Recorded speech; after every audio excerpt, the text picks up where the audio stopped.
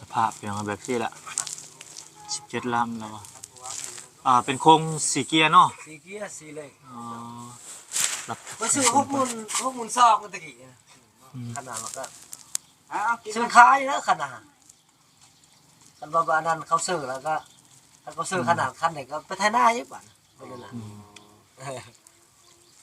ไปเบิ่งสภาพโอเคอยู่เนาะติดอยู่แล้วในเดือนรถเขาบ่ได้ล้างนะเขาจอดปะยังบ่ได้กันซึมเด้นี่เนาะยังบ่ทันได้ผ่าจักไปจังยังมันจะปี10 ปลายปีแล้วนะมันคือบางคนเขาทิ่มแล้วรถตาหุงบนเนาะLED พวกทั้งลมโอ้สายฟ้าเราคักเลยเอาลองสตาร์ทเครื่องเบิ่งบึ้มเสียงยนต์ขึ้นรุ่นนี้บินก็ได้ขึ้นตั้งฟ้าก็ได้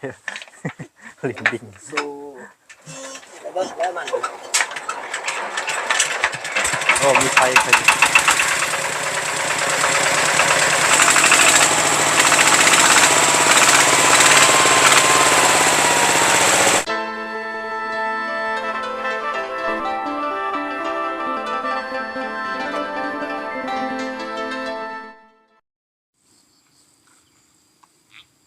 น้องพี่น้องเปิดภาพมาเมื่อนี้ก็อยู่ที่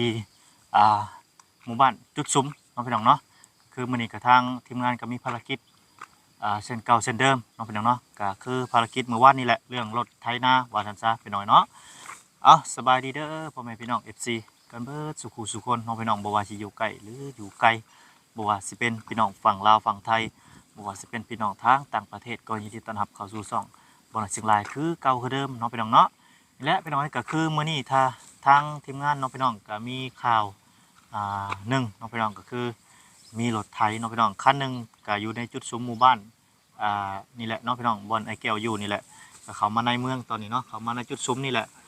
ก็คือมีเฮือนหลังหนึ่งน้องพี่น้องเพิ่นก็อยากขายรถไถคือกันก็มี FC ทาง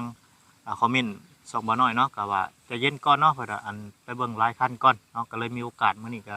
มีข่าวเข้ามาว่าเพิ่นอยากขายเนาะพี่น้องก็เลยอยากมาเบิ่งอีกคันหนึ่งเนาะพี่น้องว่ามันเป็นจังใดสมมาพาควรสับราคาบ่หรือว่าจังใดเนาะก็คือเมื่อวานนี่แหละพี่น้องเนาะก็FC เพิ่นก็ว่าใจเย็นก่อนเด้อทางทีมงานว่าไปเบิ่งละลายคันก่อนว่าเป็นจังใดเนาะก็คือนี่แหละพี่น้องงบก็มีแค่10,000เดียวเนาะพี่น้องก็คือผ่านช่องทางบ่ลาเพิ่นจากหันก็งบก็ยังบ่มีเนาะพี่น้องเนาะก็จักสิว่าจังใดบ่น้อยก็ได้ก็บ่ฮู้คือกันเนาะพี่น้องถ้าว่าสิซื้อคันอันใหม่ๆก็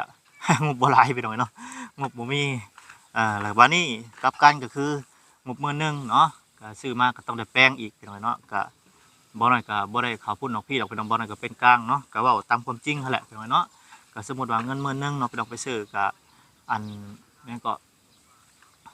ได้มาอยู่เนาะแต่ก็ต้องได้แปลงอีกบ่ว่าสิเป็นสายพันธุ์หมอน้ำบ่หรือว่าปั๊มหรือว่าจังได๋สิ่งที่มันขาดมันเหลือหั่นแหละเนาะที่ว่ามันยังเพก็บ่น้อยก็ยังบ่ฮู้กันว่ามันสิเบิดเท่าใดแปลงเนาะพี่น้องเนาะก็เบิ่งนำกันนี่แหละพี่น้องเนาะบ่ว่าสิเป็นจังไดก็พิจารณากันเบิ่งเนาะเรื่องรถไถนี่ก็ได้พี่น้องเอ้ยเนาะก็มีแต่ว่าไปรับชมรับฟังไปเบิ่งคันใหม่กันเลยพี่น้องเอ้ยเนาะว่ามันสิใหม่หรือสิเก่าราคาส่ำใดเดี๋ยวเฮาเข้าไปไปเบิ่งนำกันเลยพี่น้องเนาะไปน้องพี่น้องตอนนี้ก็มาฮอดจอดถึงเนาะนี่ได้เฮือนซานบ้าน2แล้วก็ว้าวติดกับพงหมอคลินิกเด้อนี่เนาะติดกับพงหมอพี่น้องเอ้ย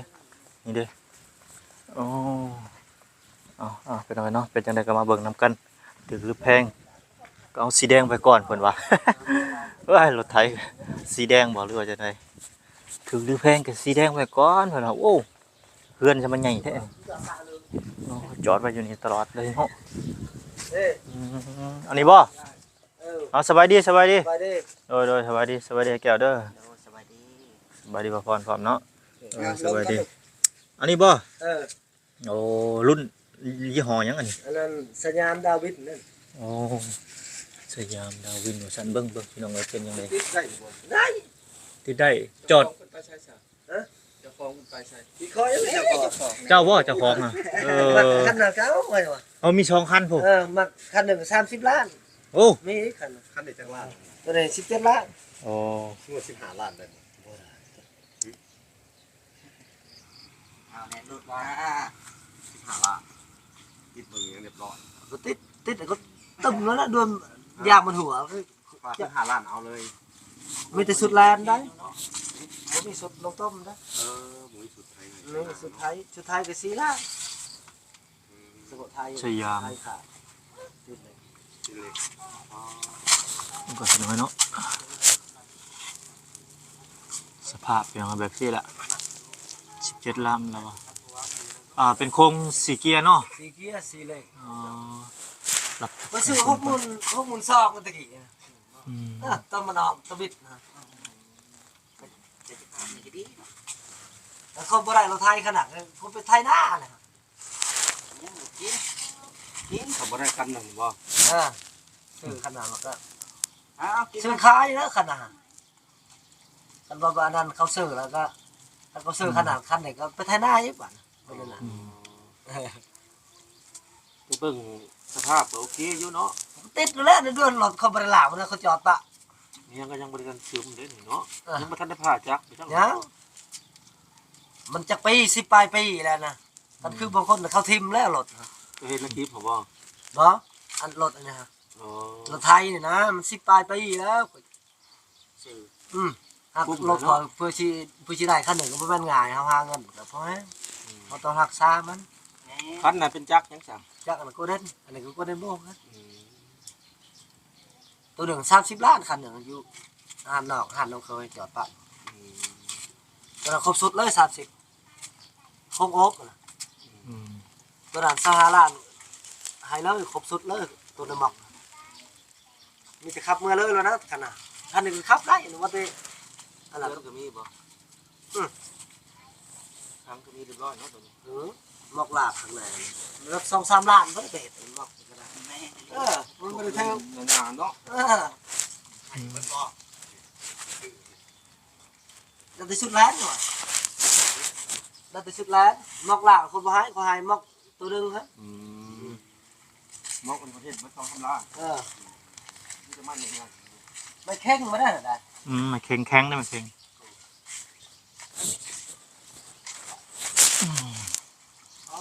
ล้างไม่แข็ง แม่มันเทด้านเลื่อนไม่ล่ะ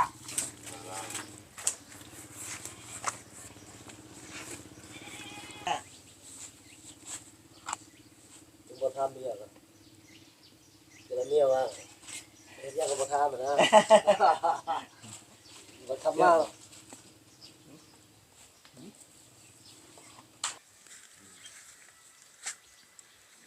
ประมาณนี้ใช้คันอะไรอีกมันราคา เด้อ ไปเบิ่งไปเบิ่งขั้นที่2เป็นอันบาดนี้เนาะขั้นที่2ว่าสิเป็นสีหยังแบบใดพี่น้องไปเบิ่งนำกันเนาะ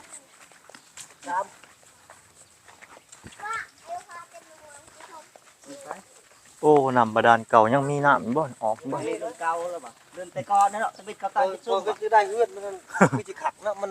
เป็นเหล็ก ต่อ ไปไทยตัวเขาปลูกมีจิขักมันก็เบิ่งมันทนได้ ทนอะไร ตะกี้แต่ก่อนเนาะอันนี้ขันย่างเจอนิดหน่อยงัดทางเนื้อมันตาย แตกเรียบร้อย แล้วน่ะรถให้โดยชาติให้เอาที่ผ่าลูกเทนโอหรอกจ้ะเอามาเราพาเขานะไม่อยากทำข้างเราเจ็ดสุดท้ายก่อน โอ้ตัวนี้บ่ ได้สภาพนี่ก็ถือว่าโอเคเนาะสำหรับมือ2นี่คืออยู่จังได๋ คงโอ๊บ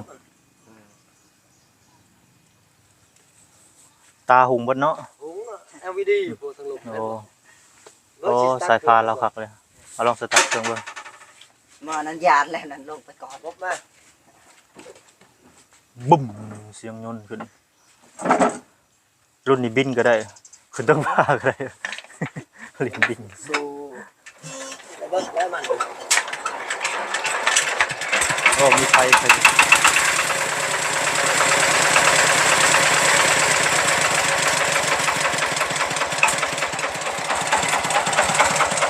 ไฟทางนี้ติดไฟ